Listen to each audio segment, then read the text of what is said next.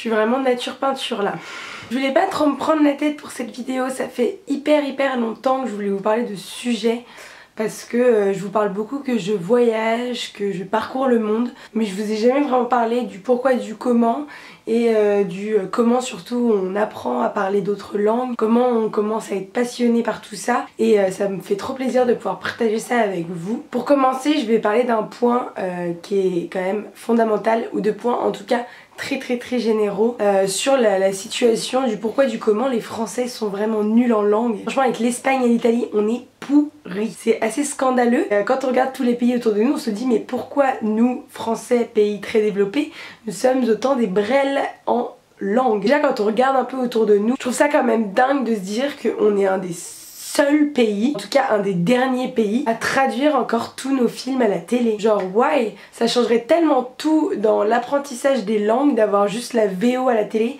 Je sais que c'est un peu bête parce que même moi je suis un très mauvais exemple. Tout le monde dit quand on doit apprendre une langue il faut regarder les films en VO, les séries en VO. Je regarde mes séries avant de dormir, je les regarde en version française. Donc ce n'est pas un conseil que je peux vous donner même si je ne suis pas un bon exemple à suivre. Je sais que ça a aidé beaucoup de monde, mais moi personnellement je le fais que très peu.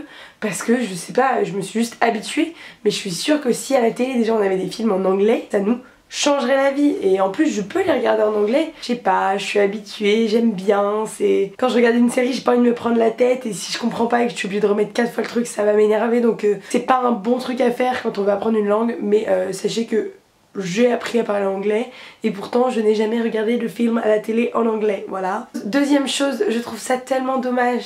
En France, l'éducation qu'on a à l'école, oui on parle anglais depuis hyper jeune, on nous fait des cours d'anglais mais en fait c'est des cours d'anglais qui nous servent à rien. C'est pas du tout formateur, on nous apprend pas à parler anglais, c'est bien on apprend à lire, on apprend à écrire, on apprend à comprendre, à écouter.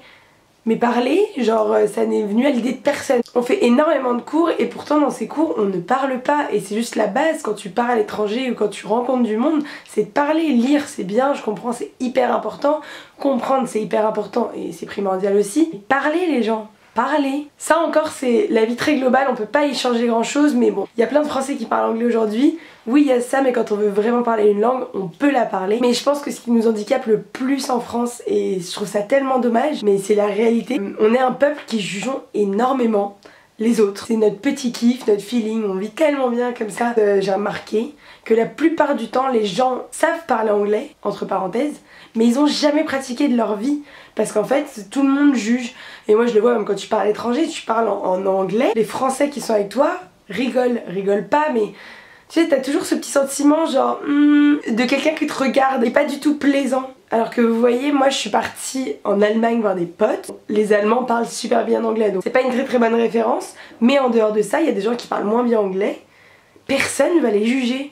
Et du coup, règle numéro 1, apprendre à parler une langue. Là je parle de l'anglais parce que c'est la langue que j'aime parler et que j'ai appris. Pour moi c'est une langue qui est primordiale pour voyager dans le monde et pour faire plein de trucs. Mais première règle pour apprendre une langue, n'en ayez rien à faire de ce que peuvent penser les autres. À partir du moment où vous vous dites j'ai envie de progresser, j'ai beau ne pas avoir un bel accent, ne pas parler au top, ne pas être bilingue, je me donne, j'y vais, je fonce. Si vous pratiquez pas, vous vous améliorerez jamais, donc autant foncer et y aller, tu vois.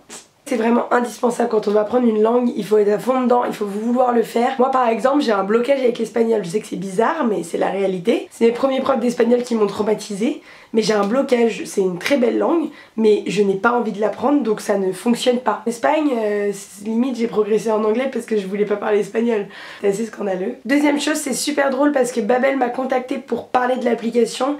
Et c'est marrant parce que c'est une application que j'ai toujours utilisée. Quand j'étais en Espagne, comme je vous l'ai dit, franchement c'était une galère pas possible pour moi. Quand je suis arrivée, franchement mon niveau d'espagnol était catastrophique et Babel m'a vraiment beaucoup aidée. Pareil en anglais, quand je suis partie à Bangkok, avant de partir, tu sais, t'as un peu le stress de dire bon attends on va reprendre 2-3 bases. Et j'ai utilisé Babel aussi, donc je voulais vous parler un peu de l'application aujourd'hui parce que je trouve que c'est hyper bien fait, parce que c'est ludique, c'est rapide et ça sert vraiment pour tous les niveaux. Moi j'étais restée sur le fait que Babel c'était un truc pour quand tu veux apprendre à parler anglais, mais pas du tout.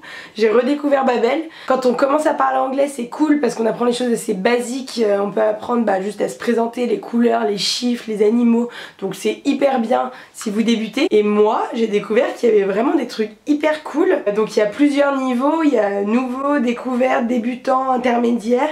Et après il y a des choses un peu plus poussées, des remises à niveau, de la grammaire et tout. Moi les leçons que j'ai fait, j'ai voulu tenter les cours spéciaux. Et dans les cours spéciaux j'ai trouvé le truc des faux amis. Oui, j'ai fait les 9 cours, je suis une fille assidue. Mais en tout cas j'ai trouvé ça super drôle, les sentiments. Et en fait j'ai redécouvert des choses que tu sais dans le fond, mais ça fait du bien aussi de te remémorer les trucs. Autre cours pareil dans cette section là, c'est les expressions idiomatiques. Là c'est un peu plus poussé, franchement même moi j'ai commencé, j'étais en mode oula, je ne retiendrai pas tout. Hyper intéressant, du coup c'est un peu du slang. Comment on dit le slang? Pas expression mais plus apprendre les vrais trucs. Vous allez le voir un jour si vous voyagez. Et moi c'est ce qui m'a le plus, c'est ce qui m'a fait le plus rire en fait. Je pense que ce qui m'a vraiment marqué dans les expressions, parce qu'on a quand même l'habitude de traduire les expressions françaises en anglais et généralement ça ne fonctionne pas. Et quand tu vas dire à un américain ou à un anglais I'm in a shit pour dire je suis dans la merde, et bah il ne va absolument pas comprendre ce que tu veux lui dire parce que ça ne se dit pas. En fait c'est une expression qui ne se traduit pas. Enfin les français, tout le monde le dit tout le temps, du coup c'est hyper drôle. Faut savoir que le plus important quand on commence à apprendre une langue, là je vous ai parlé de l'anglais, sur l'application Babbel il y a une multitude de langues, il y en a 13, c'est rapide, c'est ce que je vous disais, c'est que en fait par cours ça dure à peu près 15 minutes donc c'est facile à intégrer dans le quotidien et je découvre des trucs que je connais pas forcément, alors que moi en fait dans ma tête là ce qui m'embête un peu c'est que je suis arrivée à un moment où je peux rester 3 semaines avec des gens qui parlent pas français, qui ne parlent qu'anglais, je vais être à l'aise, je vais parler, le seul truc qui va me manquer c'est un peu de vocabulaire mais ça va pas poser de problème pendant l'échange. Donc en fait là j'arrive à un moment où échanger avec les autres ça m'aidera pas plus que ça. Évidemment t'apprends toujours du vocabulaire en parlant avec les autres, mais ce dont j'ai vraiment réellement besoin c'est d'apprendre des listes de vocabulaire de manière scolaire on va dire. C'est un peu triste, je suis hyper triste d'être arrivée à ce moment là, mais ça veut dire que c'est quand même que je gère, tu vois. En tout cas sur Babbel il y a des listes de vocabulaire hyper fournies avec énormément de choses de la vie de tous les jours. Ça va vraiment vous servir pour parler. C'est hyper ludique, c'est un peu sous forme de jeu qu'on passe du temps dessus et on voit pas trop le temps passer, donc c'est top.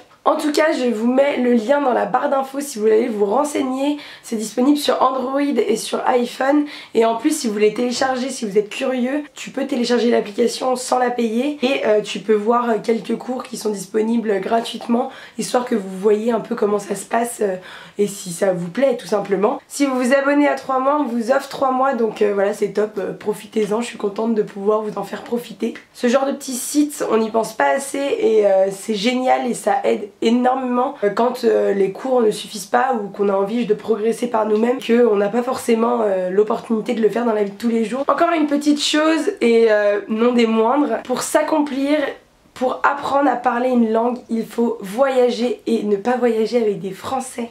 Je sais que c'est hyper dur, quand on arrive sur place c'est hyper compliqué parce qu'on a tendance à aller vers les Français, ce qui est totalement normal, hein. C'est notre manière quand on est loin de chez nous de se rattacher un peu à notre pays. Essayez de sortir de votre zone de confort. Moi quand j'ai fait mon échange à Bangkok, je ne suis quasiment pas restée avec les Français. Non pas que je les aimais pas, et c'est très bien que je les aimais beaucoup, mais j'ai eu des énormes affinités avec des gens d'Allemagne, d'Espagne, des États-Unis et tout ça, et je me suis dit meuf, si t'as envie de parler français, tu restes en France. T'as une opportunité en or qui s'ouvre à toi. Viens, on se lance là-dedans. Et c'est ça qui m'a aidée et c'est pour ça que je suis aussi bien aujourd'hui en anglais, aussi à l'aise. C'est parce que j'ai vraiment passé 5 mois à ne parler qu'anglais. Donc oui, je vais pas vous cacher, au début c'est dur. Au début tu te regardes, t'essaies de communiquer avec la personne. J'avais un niveau scolaire hein, donc c'était assez catastrophique. Tu essaies de communiquer avec la personne qui est allemande en face de toi, qui a un anglais. Tu ne comprends pas la moitié des mots tellement elle parle bien. Et toi t'es là en mode genre je comprends rien. Et toi quand tu sais te parler elle comprend pas non plus. Et toi t'es en mode bon bah tu sais quoi, on change de sujet, on verra demain. Mais en vrai à force de parler, de pratiquer, au début c'est dur, c'est normal. Mais je vous jure que dans le temps c'est si bénéfique. Enfin, merci cet échange, merci à tous les gens qui m'ont aidé à parler parce que c'est juste ouf et aujourd'hui je suis trop contente de l'avoir fait. J'avais l'occasion aussi d'avoir des cursus en anglais et je sais qu'il y en a de plus en plus, mais faites-les. J'ai pas du tout regretté d'avoir fait mon master totalement en anglais et pourtant je peux vous dire qu'au début j'appréhendais un peu parce que bah évidemment c'est pas ta langue natale, t'as tous tes cours, c'est ton master, c'est quand même super important, enfin c'est la finalité du truc quoi, et en fin de compte j'ai adoré, les cours étaient hyper intéressants et je suis trop contente de l'avoir fait parce qu'aujourd'hui bah je suis young quoi. À la fin de mon voyage je parlais que en anglais, mais vraiment H24, H24, H24, tellement qu'à la fin je réfléchissais en anglais. Mais quand ça t'arrive, t'es un peu en mode genre à partir du moment où tu parles tout le temps, ça vient en fait spontanément, tu réfléchis plus en français. Je sais qu'on a cette fâcheuse tendance à vouloir tout traduire en France, mais non, c'est pas que j'ai arrêter de traduire, c'est juste qu'au bout d'un moment tu réfléchis, construis tes phrases en fonction de phrases, que c'est hyper drôle, mais quand tu l'as passé t'es tellement fière, et je vous jure que ça arrive hyper vite, il suffit d'être immersion dans un endroit.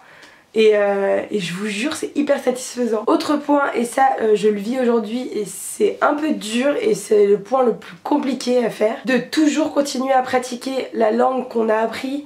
C'est hyper dur parce que moi je le vois dans mon quotidien, j'ai plus l'occasion de parler en anglais sauf quand j'envoie des messages à mes correspondants d'un peu partout, à mes potes et tout. Dans ma vie de tous les jours je ne pratique pas, donc c'est sûr que j'ai régressé en anglais. Après bon, on a quand même les bases qui restent, mais un exemple vraiment horrible, voilà, l'espagnol. J'ai quand même passé 6 mois en Espagne, j'ai passé tous mes partiels en espagnol, je les ai tous eus. J'ai jamais été à l'aise en espagnol, mais ça va quoi, je me débrouillais quand même pas mal. Aujourd'hui, je ne t'aligne pas une seule phrase. Quand je t'aligne une phrase, c'est scandaleux. J'ai oublié toute la grammaire, j'ai oublié tout le vocabulaire. Je comprends quand on me parle et tout. Là, je suis partie 6 jours en Espagne. Bon, tu te débrouilles quoi, mais mon niveau est catastrophique par rapport à mon niveau quand je suis partie d'Espagne. Après, c'est un peu de la mauvaise volonté aussi. Mais franchement, si vous avez l'occasion de pratiquer, pratiquez. Autre point, je reviens dessus, mais c'est un des points fondamentaux, parler. Genre, parler. On s'en fout de savoir si votre accent est le meilleur. Tant que vous arrivez à vous faire comprendre, faites-le. It's time for me to speak in English a little bit because I'm talking about like be confident, be yourself, speak in English. But I know my accent is not the best. I'm doing a lot of mistakes. Like I'm not bilingual, I'm just like fluent, but I'm definitely not definitely.